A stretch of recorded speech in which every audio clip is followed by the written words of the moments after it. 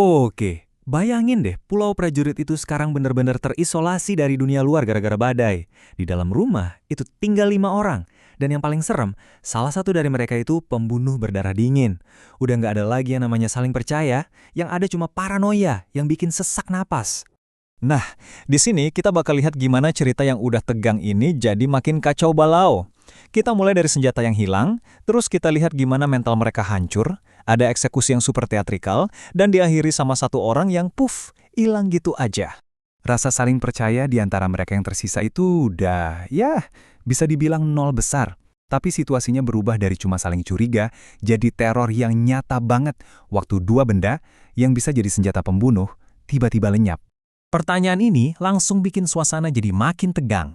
Ingat kan, setelah Nona Brand meninggal, sajak anak-anak itu seolah ngasih petunjuk kalau pembunuhan berikutnya bakal pakai suntikan. Nah, otomatis semua mata langsung tertuju ke satu-satunya orang di situ yang punya alat kayak gitu. Armstrong jelas panik kan? Dia bilang seseorang pasti ngambil. Tapi ya, penyangkalannya itu nggak ada gunanya di depan 4 pasang mata yang udah penuh curiga. Pas dicek, kopor medisnya beneran kosong, jarum suntiknya raib. Dan ini dia yang bikin keadaan makin gila. Pas Philip Lombard mau nyerahin pistolnya biar aman, dia buka laci meja tidurnya, dan kosong. Pistolnya nggak ada. Satu-satunya alat pertahanan diri yang jelas sekarang hilang. Kemungkinan besar udah di tangan si pembunuh. Di tengah kekacauan ini, Hakim Wargrave maju, coba ngambil alih situasi. Dengan otaknya yang logis, dia bikin rencana. Semua obat-obatan dan barang yang bisa jadi senjata harus disita dan dikunci. Ini kayak upaya terakhir buat ngelawan kegilaan pakai logika. Tapi pertanyaannya, apa itu bakal berhasil? Hasilnya, nihil. Penggeledahan itu nggak nemuin apa-apa. Pistolnya tetap nggak ketemu. Jadi poin utamanya di sini adalah, di luar sana atau mungkin di antara mereka, ada pembunuh yang sekarang megang pistol berisi peluru. Nggak ada satupun yang aman.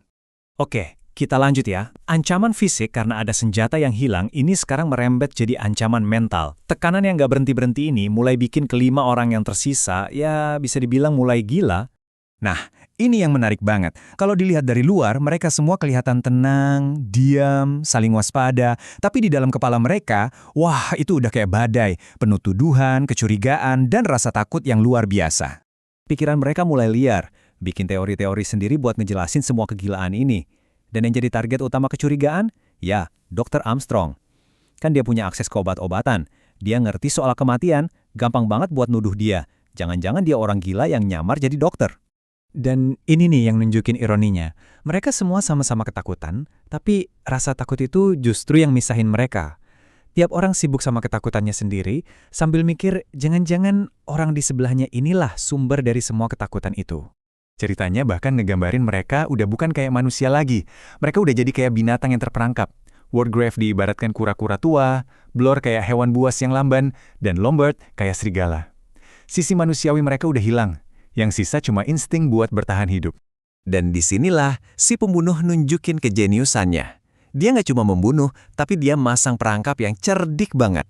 Dia pakai trauma masa lalu salah satu dari mereka buat bikin pengalihan perhatian yang sempurna. Jadi gini urutannya, Vera masuk ke kamarnya, terus tiba-tiba ada yang aneh, ada bau laut. Gelap-gelapan, ada sesuatu yang basah dan dingin nyentuh lehernya. Ternyata rumput laut. Vera langsung teriak sejadi-jadinya. Nah, teriakan histeris ini bikin semua cowok yang ada di bawah langsung lari ke atas buat nolongin dia. Dan ruang tamu pun kosong, sebuah panggung yang sempurna buat si pembunuh. Setelah panik di kamar Vera reda, mereka lega karena ternyata cuma alarm palsu. Tapi, lega itu cuma sebentar. Mereka sadar ada yang kurang. Satu orang nggak ada di antara mereka. Pertanyaannya, Hakim Wargrave di mana? Mereka nemuin Wargrave di bawah, duduk tegak di kursinya. Tapi penampilannya gila banget. Dia diselimutin tirai kamar mandi merah yang hilang itu. Jadi kelihatan kayak jubah hakim. Kepalanya pakai wig dari benang wol abu-abu punya Nona Brand. Dan tepat di tengah dainya, ada satu lubang peluru yang rapi. Di tengah suasana ngeri itu, Philip Lombard malah ketawa. Ketawa histeris dan gila.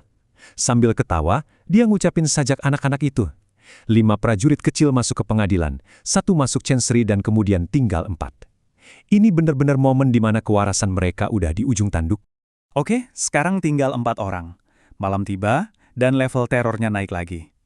Masing-masing ngunci diri di kamar, berharap bisa selamat sampai pagi.